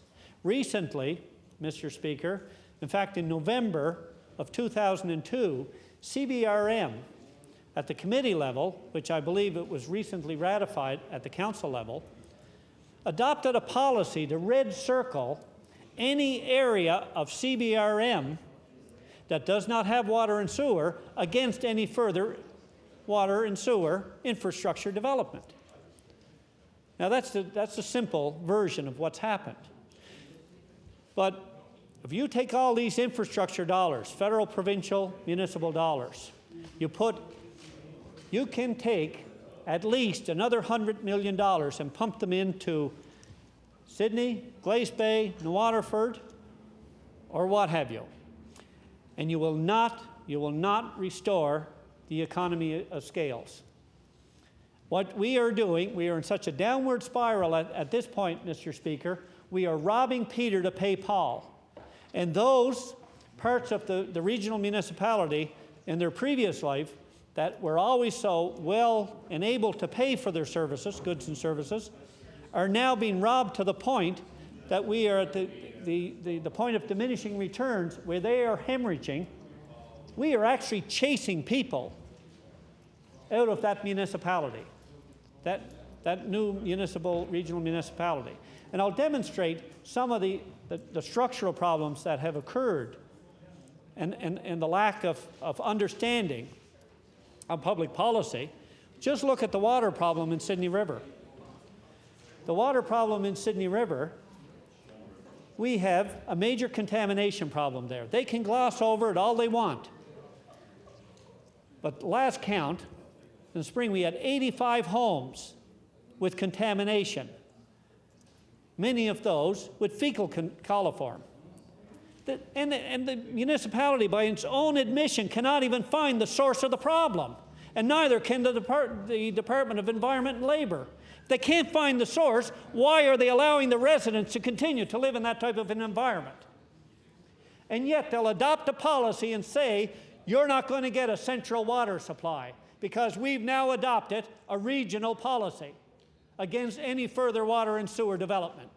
What kind of logic and what kind of mindset is that? That would be approved and then ratified at the provincial level. There's something wrong, Mr. Speaker, and it's only like everything else. You know, when these things get off the rails, it's only when somebody gets hurt. Then everybody scrambles for cover and says, oh yes, now we'll do something. It would cost approximately $2 million to rectify that problem. They're running a large new water line along the Trans-Canada, along this community, and all they would have to do, Mr. Speaker, is tap a line across the Trans-Canada, down through Carmichael Drive, which is at right angles to the Trans-Canada, and then run a series of laterals down into the affected area, and that problem would be solved. Not only would it be solved, Mr. Speaker, but it would be a good investment for the municipality because, number one, its citizens would be drinking safe drinking water. Number two, it would enhance the asset base of that district, allowing for further development and infilling. What happens? The municipality makes money. It actually makes money. But for whatever reason, you know, and yes, Mr. Speaker, this is a political statement. This may appear to be a very partisan political statement, but the local municipal councillor for that area has refused and consistently not brought that issue before the appropriate committee levels and used his political insight and political powers and his political affiliation with that party opposite to be able to take advantage of the opportunity to protect the very residents that he represents. Why not? And the Minister of Tourism says, good man. He is the same man that moved the motion to red circle CBRM against any further development, thereby inhibiting any opportunity to protect the people he represents. And the minister says, good man. I would say shame on that type of logic. That's as much foresight as walking through a cloud on a dark night. So I would respectfully submit that the Minister of Tourism, if he's genuinely concerned about the safety and the health of those residents, come and visit and see what the problem is. Mr. Speaker, if we go to communities such as Port Morion, Birch Grove, Tower Road, all these communities, for example, where they have volunteer fire departments, Gabroos, Marion Bridge, Myra Road, Lewisburg, Albert Bridge, Bateston, Lewisburg, Port Morion, Donkin, East Bay, Big Pond, Howie Center, Northside East Bay, and Escazone. And indeed, Mr. Speaker, if I've missed one, I don't think I did. All these volunteer fire departments are now at a severe stress level because of the change in the infrastructure and the government policy on these volunteer services. People are being taxed to the point where these volunteer fire departments really need some help. And they need some help from the provincial government. They need some leadership and they need some real assistance from the Department of Environment and Labor. And I would respectfully submit that the financial assistance that sometimes comes from the Department of Labor, or should be, Environment and Labor, is not there. It should be. I know that there have been improvements in terms of providing like the free license plates, and that's good. I mean, it was an issue that we started, and it was completed in the budget in 99 when government changed. And then there's the issue of other volunteer support services from the government. But it's not enough. It's not enough, Mr. Speaker. These volunteer firefighters need help. They need help, and they need it now. Many of these volunteer fire departments need new roofs. They're facing structural deterioration, and they're not getting the help from the provincial government like they should. If the government has a comprehensive plan to be able to deal with this realignment, then I would suggest that it should make it available to all members of the House. Why aren't we being in a position where we're working with the Fire Chiefs Association? Why isn't there some type of a report coming forth to do an analysis of where all these volunteer fire services stand in rural Nova Scotia and indeed urban Nova Scotia? What's the long-term plan? If the population keeps aging and keeps decreasing, something has to give. We're seeing it in the school system in Cape Breton West. For example, last year, the Cape Breton Victoria School Board announced the closure of 3 more schools in my constituency. An elementary school, which is basically a major setback for small communities in Cape Breton West. The school, in fact, I suppose some personal affection here because it was the school, one school they're closing is the one that I started school in. In 1950, I started in 58, but the inspector put me out because I was only 4, so I had to start in 59. They let me back in. The teacher advanced me to grade 1. The same inspector came back out and put me back to grade primary. So you just can't get ahead on but on a more serious note, it's very sad when you see an institution that has been a part of the community for so long close its doors, because it's the end of a whole generation of what we felt was an integral part to a very vibrant community. Mr. Speaker, the department also announced the closure of the Churchill School. Well, that announcement was no sooner made, well, my golly, I think everything was pretty well stripped out of there. Now they use that for a busing or for a storage facility, because the school, another school that facility, it used to be the Meyer Road School, that burnt last year. It was the storage facility for all the documents and school supplies, cleaning supplies for the school board, for reasons unbeknown. Some unfortunate incident, that facility burnt last year, and now they moved everything over. That's another school they closed. And then the amalgamation of 2 schools. They've started this new concept in Cape Breton now, family of schools, like they have in Halifax. It's a coded way of saying, well, if we want to close a school, we really didn't close the school because we only closed one of the family. We just moved one of the family around. You know, we're getting school A to move over with school B and take residence there, just like a family. So they've, you know, in essence, they closed the Portage, the school in Portage. So that's 3 schools that were closed. And there was very little support from the provincial government. In fact, there was considerable opinion around the community, and even with individual school board members that I spoke with, that felt that the dictate had come from the Deputy Minister's office within the Department of Education. Well, the Deputy Minister came before Public Accounts, and he adamantly denied that. But yet it seemed to fit the bill. In fact, he was quite perturbed, as I understand, that they didn't close the Gallery School in Port Morion. And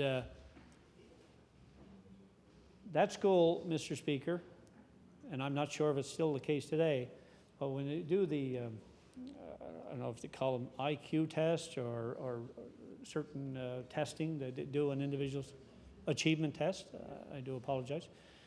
They had the highest rating of any elementary school in the province. They had the highest. And I think that's quite an accomplishment. So why would the government want to destroy that for the sake of a numbers game, amalgamation? See, when you destroy these small communities, you destroy the fabric of what made Nova Scotia and what it is today. How many in this chamber, Mr. Speaker, came from small rural communities? Even those members, I'm sure, that represent urban ridings, in large measure, have some close contact or history with small rural Nova Scotia communities. I would respectfully submit. So they know the benefits and the importance. You know, if everything is going to be in that concept, big is better, then I believe that we've lost a lot. Mr. Speaker, the fishing community of fishing communities in Cape Breton West, from Louisbourg, Gabrousse, Manitou, Port Morion, Donkin, there's been quite a transition over the last number of years, particularly when the National Sea Products plant closed. And then, of course, that was opened under private ownership, Mr. Speaker, with some new hope and some new opportunity.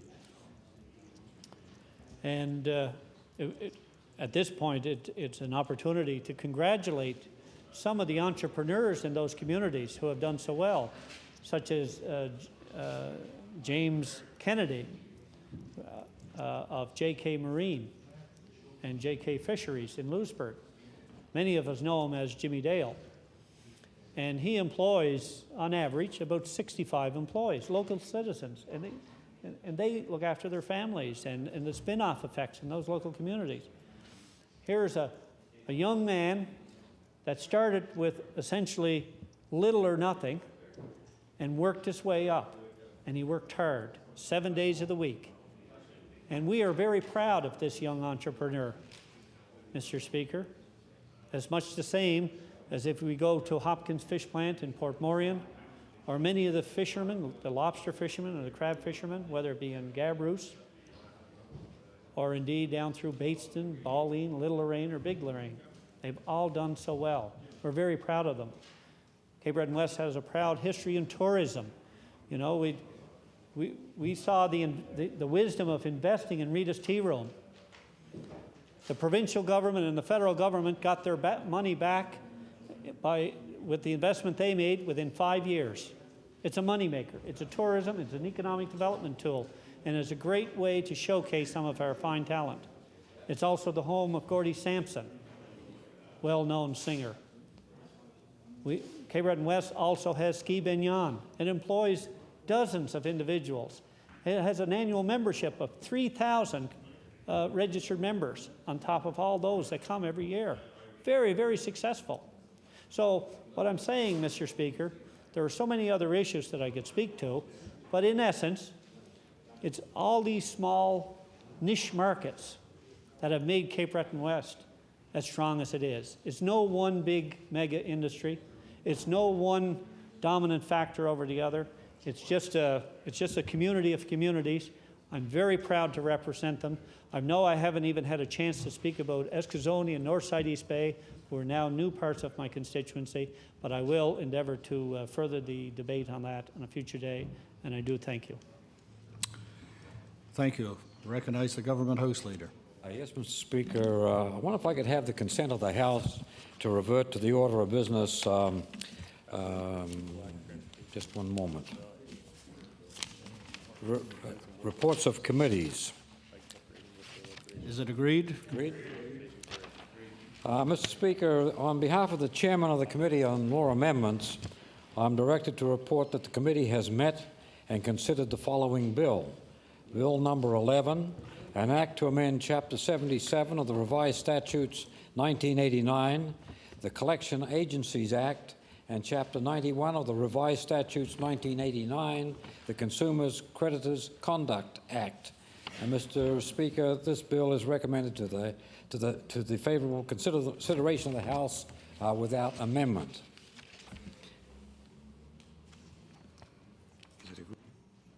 Is it agreed?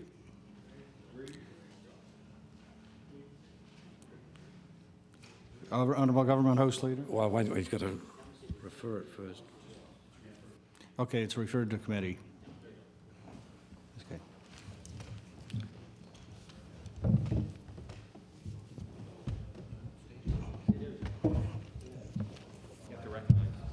Okay, I recognize the Government House Leader.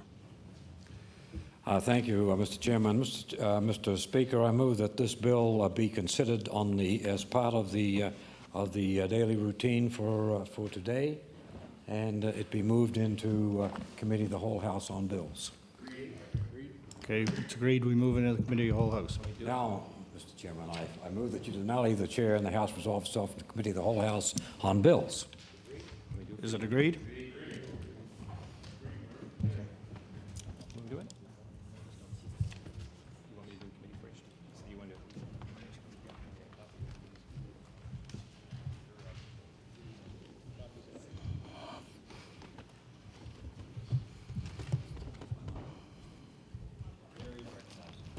I recognize the Government House Leader. Yes, Mr. Chairman, would you please call Bill number 11? Bill 11 is without amendment, 17 clauses. That is the bill. Shall the title carry? Shall the clauses carry? Shall the bill carry? Bill is carried. Government House Leader. Mr. Chairman, I move that you do now, that your committee do now rise and report this bill.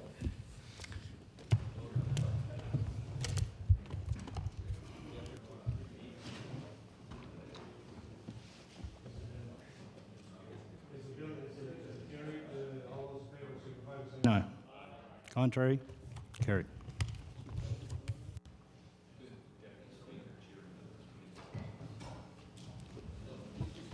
Jim. Chairman of the Committee on the whole House on Bills reports. The committee has met and considered one bill, Bill 11. The chair has been instructed to recommend it to the House without amendment. Is it agreed? Honorable Government House Leader. Yes, Mr. Speaker, I move the House to now rise to meet again on Monday at the hour of 3 p.m. The House will sit from 3 until 10 p.m. And, Mr. Speaker, to answer any questions you may have, the House will not be sitting tomorrow, Friday. Motion is the House will rise until 3 p.m. on Monday. Is it agreed? All those in favor say aye. Countermanded nay. Motion is carried. The House adjourned until 3 p.m. on Monday. We've reached the moment of interruption. This evening's late debate was submitted by the Honourable Member for Cape Breton South.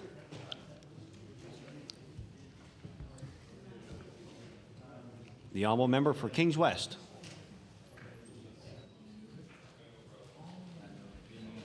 Mr. Speaker, it gives me great pleasure to rise and speak on this late debate topic.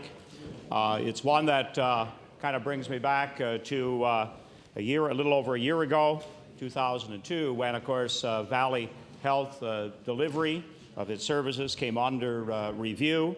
And, of course, we had a number of town halls and our local communities very concerned about the state of the health delivery in our area. In the last 2 days, of course, we have had 3 questions asked of the Minister in regards to what is happening around the lack of full emergency care service at Soldiers Memorial Hospital.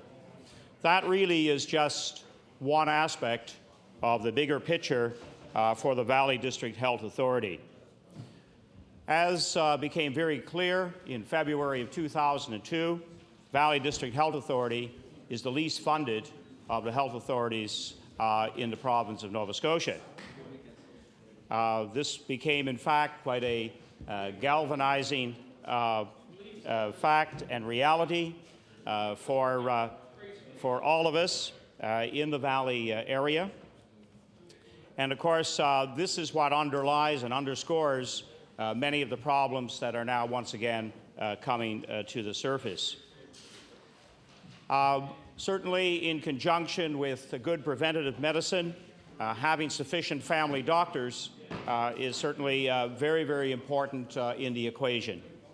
Currently, and as all of the members, the honourable member for Kings North and Kings South and Annapolis, as we all know, family doctors were certainly brought up to us as one of the election issues. And at the recent annual meeting of Valley District Health Authority, they concluded that about 10,000 patients are now without a family doctor in the Annapolis Valley. Certainly, one of the areas that was pointed out again, which shows up in terms of the stresses on the system, is with the shortage of nurses, technicians, and again, a proper delivery of services. The stresses on the system can be really seen if you take a look at, again, one of the statistics put forth when the Valley District Health Authority held their annual meeting. And that is, again, we are on the leaderboard when it comes on a per staff member basis for nurses and technicians in terms of sick leave. 1.2 million spent on sick leave, 0.8 spent on overtime. Again, showing the chronic shortage that we do have. A daily reminder of the stresses on the system in the Valley District Health Authority is the fact that there are anywhere from 5 to 12 people in the overflow area on a continuous basis. Wait times, whether it's a fairly common procedure now, like an ultrasound, to an echocardiogram, all of these have increased not by a matter of days, but by a matter of weeks. Again, the urgency of meeting some of the funding requirements, I think, really became very glaring during the election itself. When during that time, paramedics had to be approved by the nurses union for service at Valley Regional. Again, certainly outlining the serious shortage that does exist. In our area, in the western part of Kings West, which is, of course, very, very close proximity to Soldiers Memorial, and Soldiers Memorial Hospital is the primary healthcare area for members at CFB Greenwood. And certainly from the base commander all the way through to all of the service families, the servicemen themselves are not at issue here. They are provided medical service right at the base during, of course, work hours. And that is only, of course, and confined to daytime hours. However, last year, at a meeting of Kings County Council, the base commander outlined the seriousness in the deterioration of health delivery services and also the availability of family doctors in our area. And it was quite an alarming statement to hear the base commander state that he now had members in other parts of the country who were refusing their posting to Greenwood. This is one of the first times this has occurred on a regular basis. Greenwood, as one of the 5 super bases in the country, is a very, very desirable place from the point of view of servicemen and their families.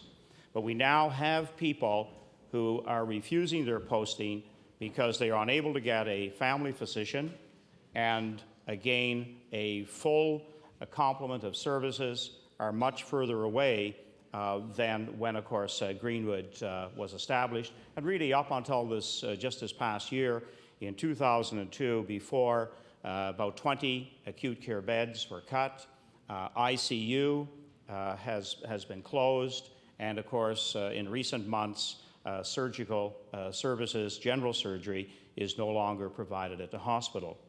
And I say this in somewhat of an alarming way.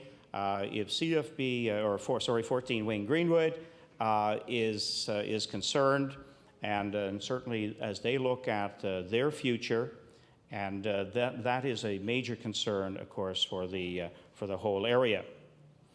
One of the other developments that is occurring, of course, is that Valley Regional, as a regional hospital, designed, of course, to provide some secondary and tertiary and some tertiary level care, is no longer getting that kind of emphasis. More and more primary care, transitional care is going on as beds are turned over, in fact, to long-term care. In fact, just in the last, 3 or 4 weeks ago, it was announced that they would reduce from 42 acute care beds to 37. 5 more taken out of service, again, which increases the wait times for general surgery at Valley Regional. I recently attended the annual meeting of the Valley District Health Authority, and of course there was one very glaring topic that came through in both subtle and not so subtle ways, and which of course is not a measurable statistic, it is not a fact, and it's not all about dollars, and that is the current level of morale of the staffs, both at Valley Regional and at Soldiers Memorial. And a good deal of that, of course, is again the climate of uncertainty, and what is the plan for health care delivery in the Valley Health Authority.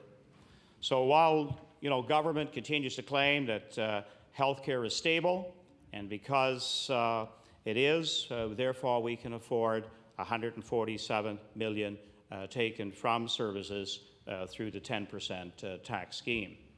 Well, to certainly people Indianapolis Valley, and certainly in my riding of Kings West, all is not well with health care. Residents have lived with a chronic shortage, family physicians, despite the compliments government continues to give themselves, a fine job that they have done. I would have to say, Mr. Speaker, that in closing, I think we need to have a plan in place and equitable funding if we are going to address this very serious issue. Thank you, Mr. Speaker. I thank the honourable member for that. The honourable member for Kings North. Thank you very much, Mr. Speaker. The resolution before the House is resolved that the Ham government has abandoned its commitment to health care in the Annapolis Valley. Many years ago, when I was in high school, I had an opportunity to debate my older brother in a debate, and I was quite excited about this because I knew that he tended not to do his homework, and he tended to sort of do things on the fly, and I thought, here's my chance to upstage my older brother, until I saw the resolution and the side I was given in the resolution. The resolution was that resolved that this unsavory political character leader, whose name I won't even mention, was the savior of his country, and I was supposed to defend this. The moment I saw the resolution, I knew that I was in trouble, and sure enough, my brother handily made fun of me in the debate, and I lost the debate badly. And I remember thinking to myself, what silly teacher could have made such a poor resolution and worded it so poorly that there wasn't any debate on the issue, that it was self-evident. And I felt a sense of deja vu when I saw this resolution by the Liberal government before me, particularly with the word abandoned in it. It's so poorly worded, Mr. Speaker, that it's easy to refute. To say that there have been problems and discussions on the state of health care in the Annapolis Valley is absolutely true. To say that many are worried and concerned is absolutely true. To say that MLAs for the area, such as myself, have lobbied and agitated for more funding is absolutely true. But to say that the government has abandoned health care in the Annapolis Valley is so totally false, it hardly bears refutation, as I say. To abandon, by definition, means to give up completely or forever, to leave, to desert. And that's totally untrue, Mr. Speaker. To begin with, when the Western region, which was set up by the Liberal government, when it was divided into the 3 districts that now comprise the former Western region, and I would dare say the honourable member would not accuse the Western region of having abandoned health care. When it was divided into 3 districts, the District Health 3, now known as the Annapolis Valley Health, received 42% of the funding, more than a third of the funding, hardly abandoning health care in the Annapolis Valley. Since that time, since the districts have formed, other developments have taken place. I was at the opening and spoke at the opening of a new Fidelis House. This is a home, this is a place, low-cost accommodation for people whose loved ones are at the Valley Regional, and this subsidizes them so that they can stay for about $20 while their loved one's undergoing some medical procedure at the Valley Regional. And my government funded this and gave a guarantee of funding so that this Fidelis Center could be built. Neil LeBlanc, the former finance minister, was very instrumental in helping to work this along with myself, hardly abandoning health care. Secondly, in the District 3, we've seen since the year 2000 increased incremental funding, not enough, I'll admit, but increased incremental funding in comparison with other districts. And recently, with the new $19 million funding that was announced, Mr. Speaker, I was at a briefing that was offered to all the MLAs in the area covered by the District Health Board. The only 2 who showed up were David Morse and myself, the member for King South. And at that meeting, I remember him mentioning several times, this is rather odd, here are these MLAs from Annapolis and Kings West, and they're not at this first briefing. And I'm too kind to sort of mention that they weren't there, but he said that the first public opportunity he had, he would mention that and he would mention it strongly. But anyway, at that briefing, which the honourable members weren't at, the chair of the board announced that he was very pleased with the share of the $19 million that District Health 3 had gotten, that the Annapolis Valley Health had gotten. He said that the share of this would add to the base funding, and it would mean that they had no real cost cutting to do, and they'd be able to meet all their commitments this year. In fact, if we're talking about funding, from 2001 to 2002, the District Health Authority's budget was increased by $5,637,000. From 2003 to 2004, increased by $6,082,000. Deficits in 2001, 2002 of $1 million plus were picked up. 2003, 2.2 million deficit was picked up. Since 2000 in capital funding, there's been $3 million in medical equipment funding, over $1.7 million in infrastructure funding, $9 million in 900,000 capital construction, and $500,000 in capital equipment, hardly abandoning health care in the Annapolis Valley Health area. Fourthly, another thing that's happened in the time that the government's been in power is that a role study has been undertaken, Mr. Speaker, a $1 million role study, part of it to address reconfiguration of the emergency department at Valley Regional Hospital, but even more hopefully a small portion of it to look at future needs both in facilities and in staffing in the Annapolis Valley Regional, in the Annapolis Valley Health District, hardly abandoning health care. A new development is 2 new nurse practitioners. One in Wolfville at EKM and one down at the Annapolis Health Center. 2 nurse practitioners, which we're very excited about. And again, an indication that we're not abandoning health care, as the member wants to claim. There has been stability in funding. 7% guaranteed increase. And one of the things that the government heard over the years was that they wanted some stability. They wanted to know what future budgets, what they could plan on. And so this government delivered on that, hardly abandoning health care. Long-term care beds have been a problem, which have backed up, as the member did mention, and is a fact, acute care beds in the Valley Regional Hospital, and there'll be 16 new beds that will be very soon to go into Grandview Manor in Berwick, a central location for the area, and these 16 new long-term care beds will help relieve the pressure on the acute care beds at Valley Regional Hospital. So 16 new long-term care beds, hardly abandoning healthcare in the Annapolis Valley region. There's been a new $1 million addiction center constructed at Soldiers Memorial in Middleton, along with about $300,000 worth of work to modernize their day surgery and their nursing stations, hardly abandoning healthcare. There's a painting, there was notes to a painting by a Spanish painter, Francisco de Goya y Lucientes, famous Spanish painter. And under the notes to the painting, where he's explaining what the painting is about, are these words: "Imagination abandoned by reason produces impossible monsters." I'd like to sort of paraphrase that and say, liberal rhetoric abandoned by reason produces flawed resolutions. The resolution is flawed. We have problems. There's never enough money in healthcare. We're working at it. We'll agitate for it. I, as MLA, will. I know the other MLAs from the area on all sides of the House will as not. But to claim that we've abandoned healthcare is so patently false that the resolution just falls on its own internal inconsistency. I want to spend then the rest of my time talking not about this resolution, but talking about the wonderful healthcare workers that we have in Annapolis Valley Health District who would be surprised to learn that we've abandoned them.